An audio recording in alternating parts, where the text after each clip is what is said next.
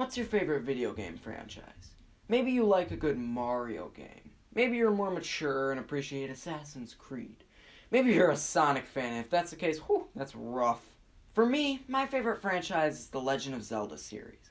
These are some of the best games of all time, and some of them mean a lot to me personally, which is why I am going to cover every single one of them. Let me just look and see how many Zelda games there actually are.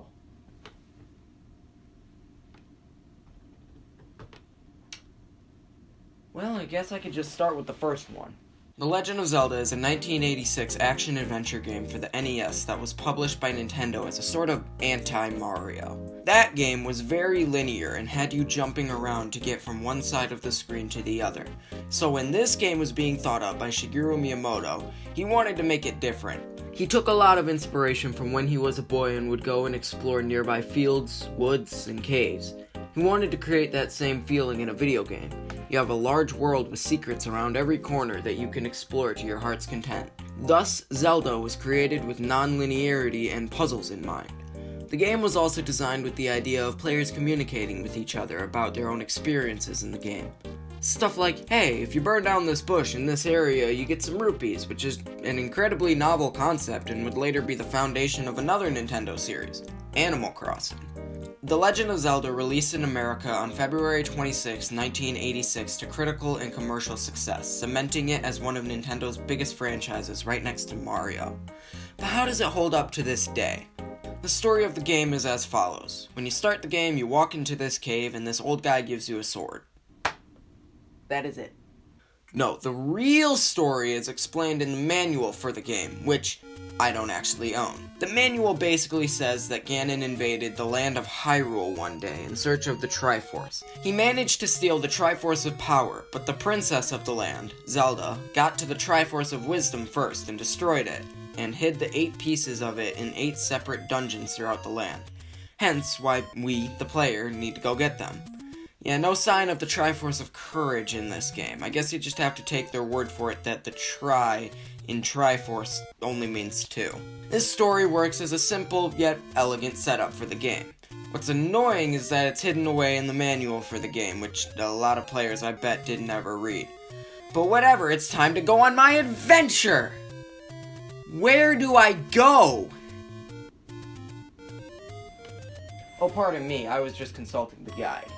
This game would literally be impossible to play without either prior knowledge about the game or a walkthrough to guide you through it. Some purists may scoff at this idea, but you see, unlike them, I don't want to spend the rest of my life trying to figure out how to get to the second dungeon, so I found a walkthrough online. I used the website zeldadungeon.net because it had the highest quality guide for this game that I could find, and it divided the game up into nice little segments and made it easy to beat this game in just over a week. Oh, did I say easy? My mistake. I meant painful! This is, without the shadow of a doubt, one of the hardest games I have ever played. I know I just commended the idea of communication with other players that this game had, but it is implemented so poorly. It usually just amounts to having to blow up a certain wall or burn down a certain bush. Sometimes this gives you some rupees, sometimes it gives you the option between either an extra heart or healing. Why anyone would not go for the extra heart, I have no idea. But other times it can literally be one of the entrances to a dungeon. Why? These are literally required in order to beat the game. You have to just happen across this one bush and think to burn it down before you can progress in the game itself. And speaking of the dungeons, they have one of the biggest difficulty spikes of any game I have ever seen. The first 2 aren't that bad, and the 3rd and 4th ones are tolerable. But once we get to the 5th, oh boy, we meet my biggest issue with this game, and it comes in a red and blue variety. How fun!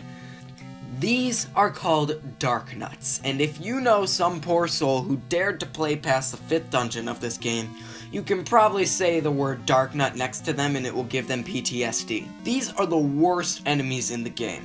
Their gimmick is this: you can't hit them from the front, only the sides are behind. Oh, well that doesn't sound so bad now, does it? Well, it wouldn't be if there were only like 1 to 3 per room. But no, usually when you enter a room with them, there's between 5 and 8! Also, I swear, these guys are literally programmed to turn around the second you are behind them. Why are they able to turn around whenever they so please? If they could only do it when they hit a wall, or even if they could only do a 180 by stopping and turning, it wouldn't be that bad. But no, you're sneaking up behind it to kill it, and suddenly you get impaled by their ability to be turned around and begin walking in an instant. It also doesn't help that these guys are way too strong. They take quite a few hits to kill, and they do a lot of damage. Every time I entered a room with Dark Nuts, I would begin weeping uncontrollably. Most of the other enemies in this game are fine. There are these Wizrobes that teleport around the room, but at least you can hit them from all sides, and you know where they're gonna be. Poe's voice are annoying, but that's just because of how much health they have, and Petra's were also quite annoying, but they were only in the final dungeon, so honestly they get a pass. Most of the bosses range from laughably easy to, are you kidding me, I have to fight Gleeok again? And the final boss is absurdly stupid because he's invisible for some reason. He is incredibly hard to beat, especially if you only have half a heart to kill him. But, I did it. I saved Zelda and brought peace to Hyrule. Let's talk about the level design for the dungeons. It's great. The dungeons all feel very maze-like, which is what Miyamoto said he was going for. Aside from difficulty, these things are a genuine blast to explore. I wish it would incentivize you to look for the dungeon item a bit more by requiring that you find it in order to progress to the final boss, but again, I used a guide so I didn't miss anything. Graphically, this game isn't half bad. It looks pretty nice, and the sprite work is still iconic to this day. Sure, it does scream that this is in fact an NES game, but for an NES game, it's pretty good. This game only has like 6 songs in it though. I get that there couldn't be that many music tracks because it was an NES game, but half of the OST is basically just sound effects, which kinda blows. This is my second time playing through this game fully, and I have to say, it was much easier the second time.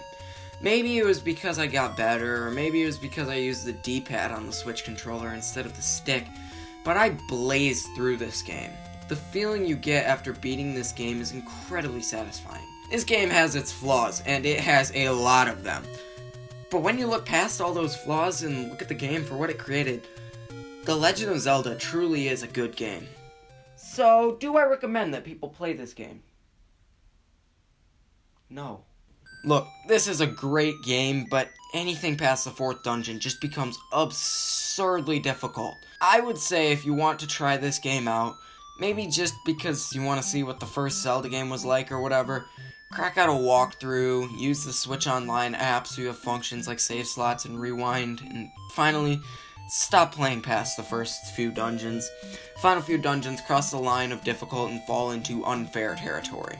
However, if you have the patience to put up with The Legend of Zelda, beating it is very satisfying, and I guess you would be able to cross it off your list. At the expense of your sanity, that is. I like this game. It's fun, and once you beat it, you feel like you can accomplish anything. Also, this was my second playthrough, and honestly, it wasn't that hard this time around. Except for Dark Nuts, those things made me question my life whenever they showed up.